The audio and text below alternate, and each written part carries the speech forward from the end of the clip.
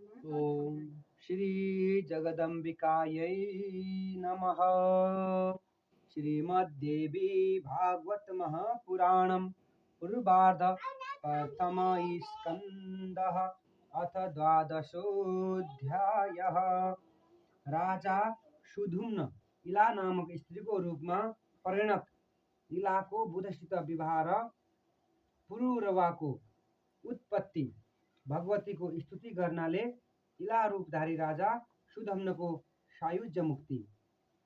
सूत उवाच ततपुरुरवायिरज्ञे इलायां कथयामि वः बुधपुत्रोऽति धर्मात्मा यज्ञकीर्तन तत्परः सुधुम्नो नाम भूपालः सत्यवादी जितेन्द्रियः सैन्धवहयमारुध्य चचार मृगयां वने यूतः कतिपयामासे दर्शितश्चारुकुण्डलः धनुराजगवं बद्ध्वा बाणशृङ्गं तथा अद्भुतम्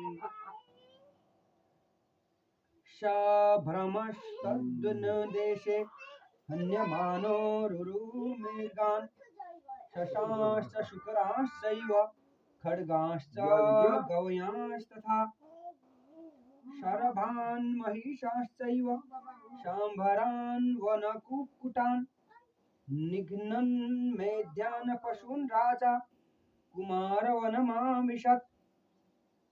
सूतजी भन्नुहुन्छ, त्यसपछि इलाको गर्भबाट पुरुरवाले जन्म लिए। यो प्रसंग म तपाईहरुसित भन्दछु। ती बुधपुत्र पुरुरवा बडो धर्मात्मा यज्ञ गर्ने एवं दानशील थिए। सुधुम्न नामक एक राजा थिए। ती अति नै सत्यवादी र जितेन्द्रिय थिए। एक पटक उनी सैन्धव घोडामा चढेर शिकारका लागि वनमा गए। उनका साथ केही मन्त्री पनि थिए। ती राजाले कानमा कमनीय कुण्डल पहिरिएका थिए। आजगौ नामक धनुष तथा बाणहरूले भरिएको अद्भुत तर्कस धारण गरी त्यस वनमा भ्रमण गर्दै रुरु मृग, हरिण, खरायो, बदेल, गैंडा, वन गोरु, साँभर, वनराँगो, वन कुखुरालाई मार्दै तथा यज्ञोपयोगी अनेक वन पशुहरूको वध गर्दै राजा सुधुम्न कुमार नामक वनमा प्रवेश गरे। त्यो दिन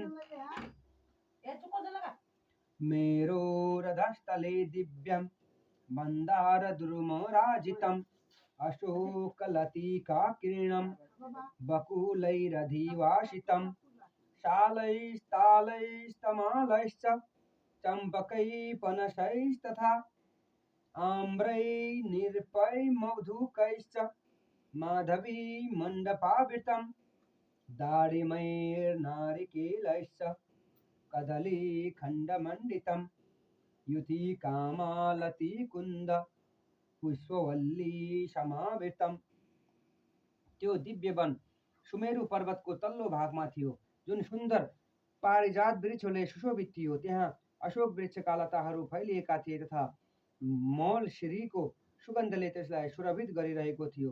त्यो वन साल, ताडी, तमाल, चाँप, कटहर, आँप, कदम र चिउरीका वृक्षले सुशोभित तथा जताततै माधवी लता मण्डप समान छाएको थियो। त्यस वनमा दारिम, नरिवल तथा केराका वृक्ष पनि शोभित भइरहेका थिए तथा त्यो वन जुही, मालती तथा कुन्दुरा पुष्पित लताहरूले चारैतिरबाट घेरिएको थियो। त्यहाँ हाँस तथा बकुला हाँसको एक प्रजाति विचरण गरिरहेका थिए। बाँस एक अर्कासित रगडिनाले हावामा मधुर ध्वनि गरिरहेका थिए तथा कहीं भ्रमराहरूको मधुर गुन्जनले वन प्रान्तलाई गुञ्जित पारिरहेको थियो। यस प्रकार त्यो वन सबै प्रकारले सुखदायक थियो।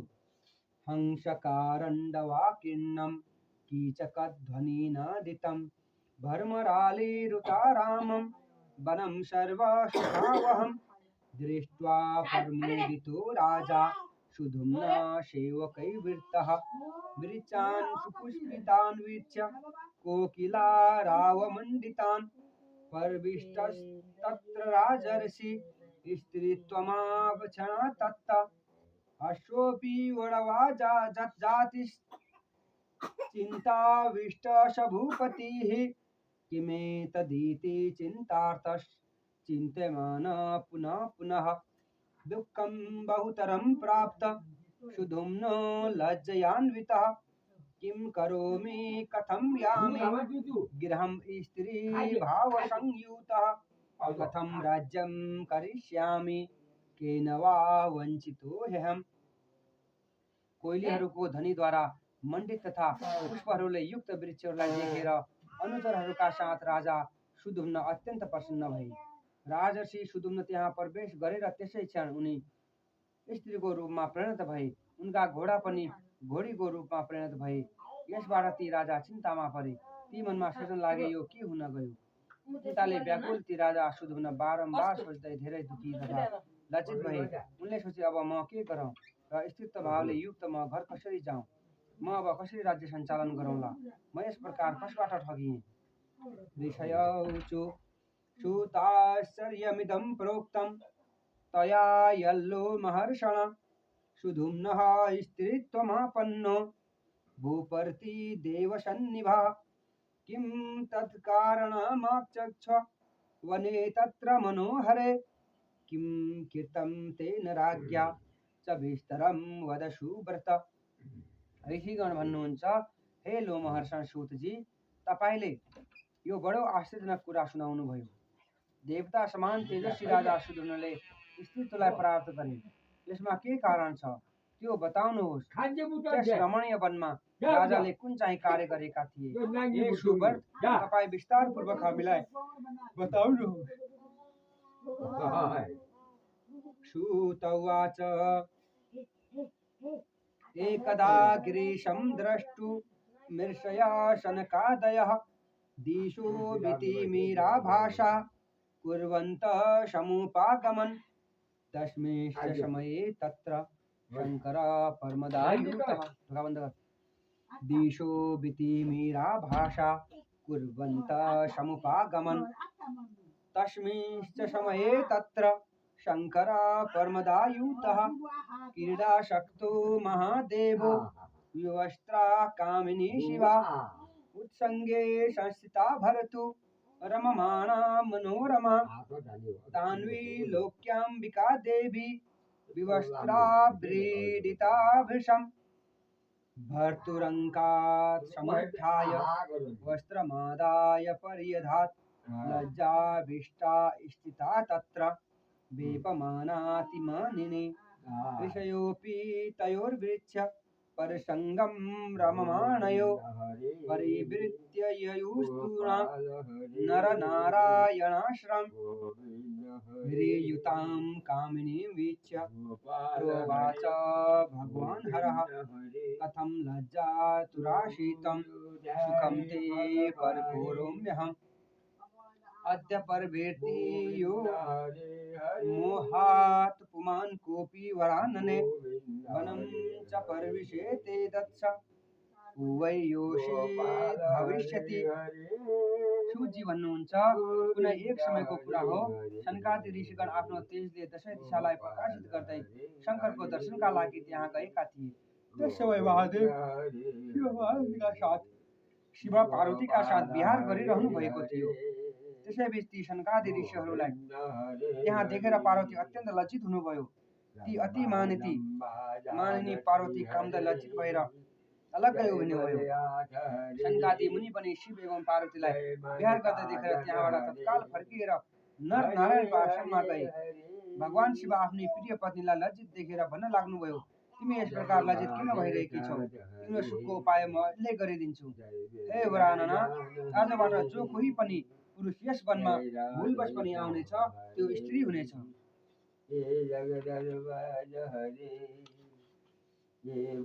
इति सप्तं वनं तेन ये जानन्ति जना क्वचित् वर्जयन्ति हते कामं वनं दोष समृद्धिमत्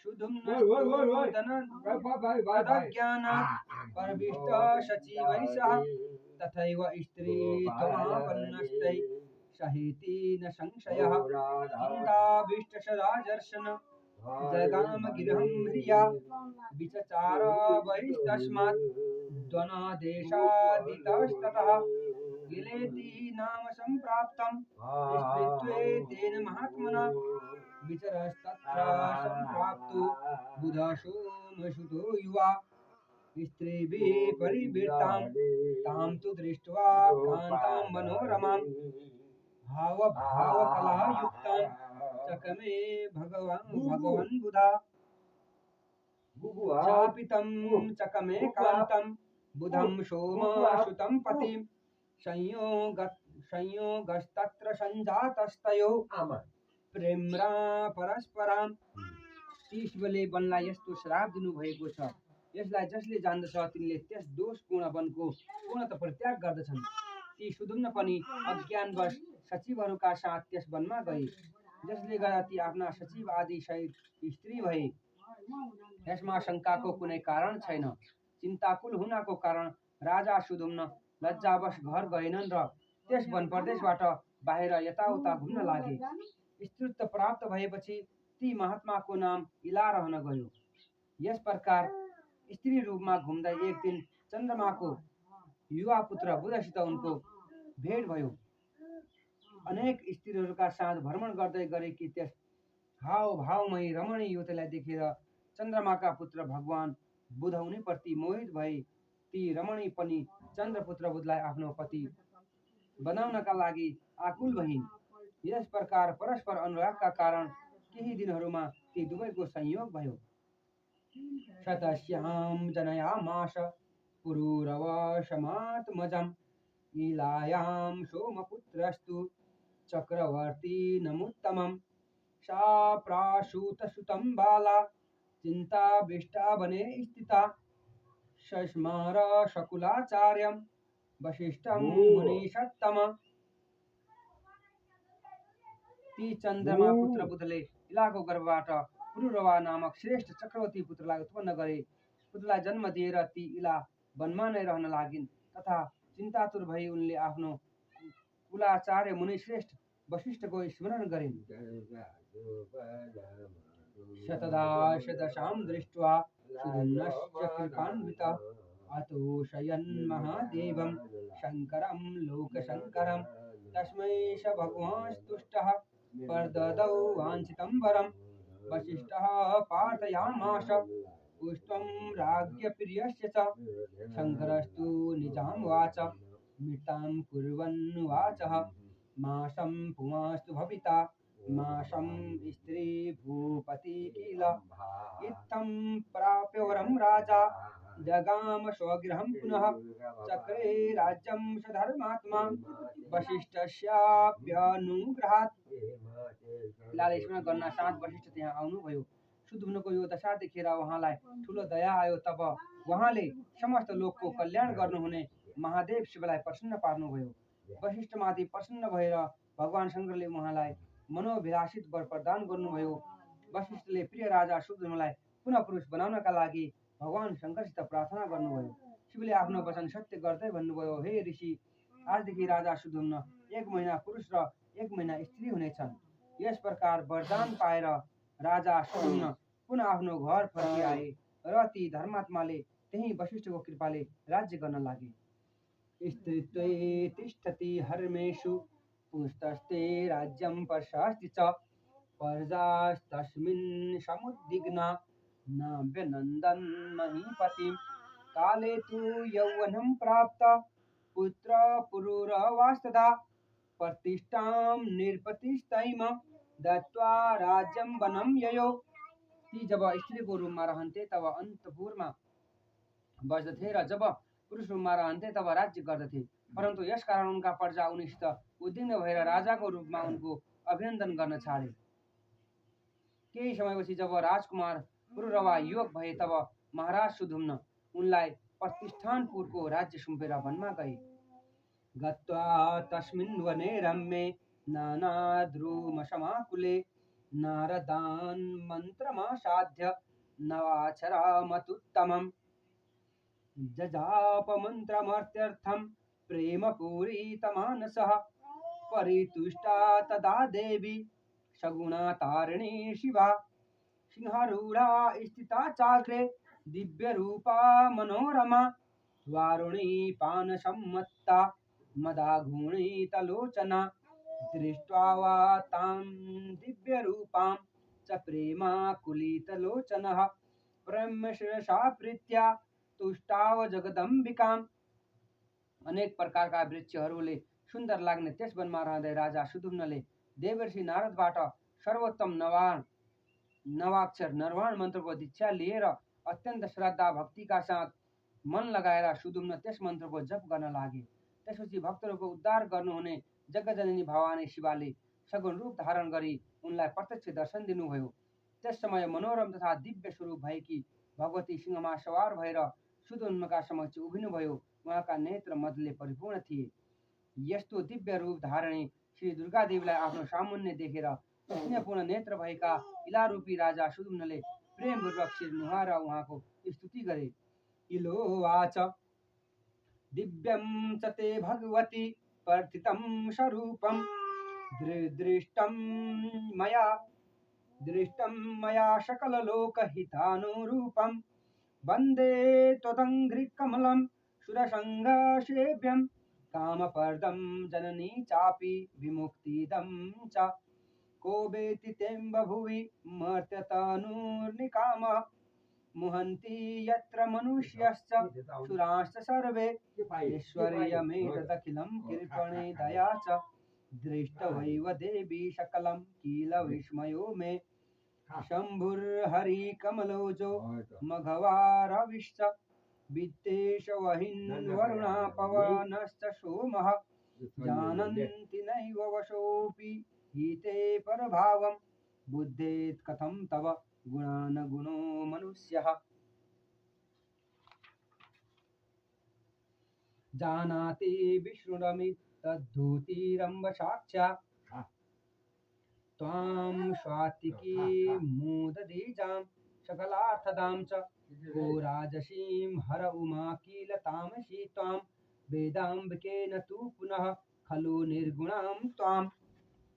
इलाले भने, हे भगवती, हजुरको जगत प्रसिद्ध त्यो दिव्य रूप जुन संसारका लागि कल्याणका नै छ, मैले दर्शन गरेँ। हे जननी, सुर समूहबाट सेवित हजुरका मुक्ति प्रदायक चरण कमलको म वन्दना गरिरहेको छु। हे अम्बा, यस संसारमा कुन मनुष्यले हजुरलाई सम्पूर्ण रूपले जान्न सक्दछ, जबकि मुनि एवं देवगण पनि त्यसलाई देखेर विमोहित रहन्छन्। हे देवी, हजुरको सम्पूर्ण ऐश्वर्य तथा म जस्ती आकिञ्चनमाथि दया, यो सब देखेर मलाई आश्चर्य लागिरहेको छ। हे माता, जब शिव, विष्णु, ब्रह्मा, इन्द्र, सूर्य, कुबेर, अग्नि, वरुण, वायु, चन्द्रमा र अष्टवसुले पनि हजुरको प्रभावलाई जान्दैनन्, तब गुणरहित मनुष्यहरूले हजुरका गुणहरूलाई कसरी जान्न सक्दछन्। हे अम्बा, यद्यपि परम तेजस्वी भगवान विष्णुले हजुरलाई समुद्रबाट उत्पन्न सबै प्रकारका मनोरथलाई सिद्ध गर्ने साक्षात् स्वात्विकी शक्ति स्वरूपमा लक्ष्मीको रूपमा सम्झनुहुन्छ, ब्रह्माले हजुरलाई राजसी शक्ति स्वरूपमा सरस्वती तथा शिवले तामसी शक्ति स्वरूपमा महाकालीको रूपमा जान्नुहुन्छ, तथापि हे अम्बिका, उहाँहरू पनि हजुरहरूको निर्गुणात्मिका दिव्य शक्तिलाई यथार्थ जान्नुहुन्न। क्वाहं सुमन्दमतिर प्रतिम प्रभावः क्वायं तवातिनि पुरो मयि सुप्रसादः जाने भवानी चरितं करुणा समेतं यच्चैव कांश्च दशयसे त्वयि भावयुक्तान्। हे भवानी, कहाँ अत्यंत मंद बुद्धि कहाँ मोमाती अमित महिमाशाली तथा अमोघ प्रभाव भएकी हजुरको अनुग्रह म हजुरको कारुणिक चरित्रलाई जान्दछु, जो कि हजुर भक्तिभाव युक्त सेवकहरूप्रति सर्वदा दया गर्नुहुन्छ। वृत्तस्त्वया हरिरसौ वनजेशयपि नैवाचरत्यपि मुदं मधुसूदनश्च पादौ तवादिपुरुषः किल पावकेन कृत्वा करोति च करेण शुभौ पवित्रौ।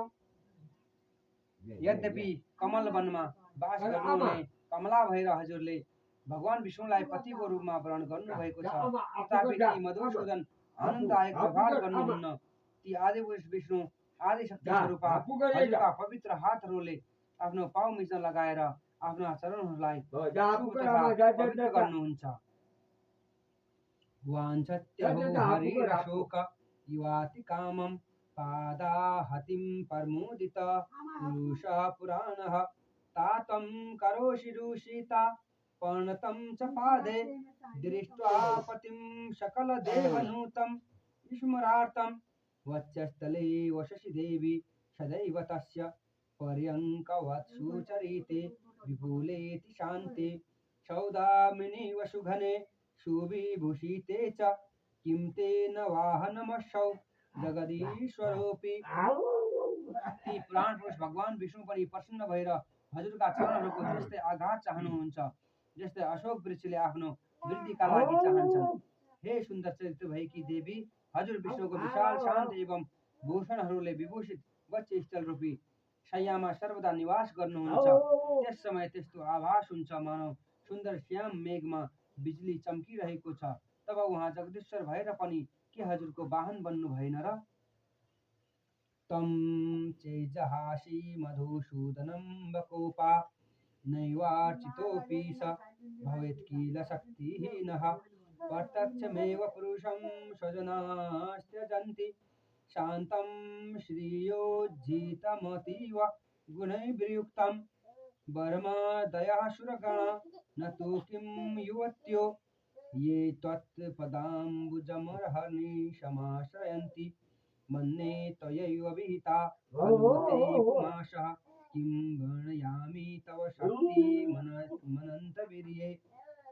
हे अम्बा, यदि क्रोधित भएर हजुरले उहाँलाई त्यागिदिएमा ती भगवान विष्णु अपूजित र शक्तिहीन भएर केही गर्न सक्ने छैनन्। किनभने लोकमा पनि देखिन्छ कि श्रीहीन गुणरहित एवं उदासीन पुरुषलाई तिनका कुटुम्बीजनले पनि त्यागिदिने गर्दछन्। के ब्रह्मादि देवगण पनि कुनै समय युवतीका रूपमा थिएनन् जो दिन रात हजुरका चरण कमलहरूकै आश्रय राख्दछन्? म त मान्दछु कि हजुरले नै उहाँहरूलाई पुरुषत्व प्रदान गर्नुभएको थियो। हे अनन्त पराक्रमशालिनी, म हजुरका शक्तिको के वर्णन गर्न सक्दछु? तं नापुमान् च पुमानिति मे विकल्पो या काशी देवी सगुणा ननु निर्गुणा वा ता त्वां नमामि सततं किल भावयुक्तो वाञ्छामि भक्तिमचलां त्वयि मातरं तु। हजुर न त स्त्री हुनुहुन्छ, न पुरुष, न निर्गुण हुनुहुन्छ, न सगुण, यस्तो मेरो धारणा छ। अतः हजुर जस्तो सुकै भए पनि म हजुरलाई भक्तिपूर्वक बारम्बार प्रणाम गर्दछु। हजुर मातासित म यही प्रार्थना गर्दछु कि हजुरमा मेरो अचल भक्ति बनिरहोस्। सूत उवाच इति स्तुत्वा महीपालो जगाम शरणं तदा परितुष्टा ददौ देवी तत्र सायुज्यमात्मनि सुदुम्नस्तु ततः प्राप पदं परमकं स्थिरं तस्या देव्या प्रसादेन मुनीनामपि दुर्लभम्। सूतजी भन्नुहुन्छ, यस प्रकार स्तुति गरी राजा सुदुम्न उहाँको शरणागत भएर भगवतीले पनि अत्यन्त सन्तुष्ट भएर उनलाई आफ्नो सायुज्य मुक्ति प्रदान गर्नुभयो। तब ती देवीको कृपाले सुदुम्नले मुनिहरूका लागि पनि अति दुर्लभ शाश्वत परम्परा प्राप्त गरे। इति श्रीमद्देवी भागवते महापुराणोष्टादशसाहस्रत्र्यां संहितायां प्रथमस्कन्धे सुदुम्न स्तुतीनां द्वादशोऽध्यायः।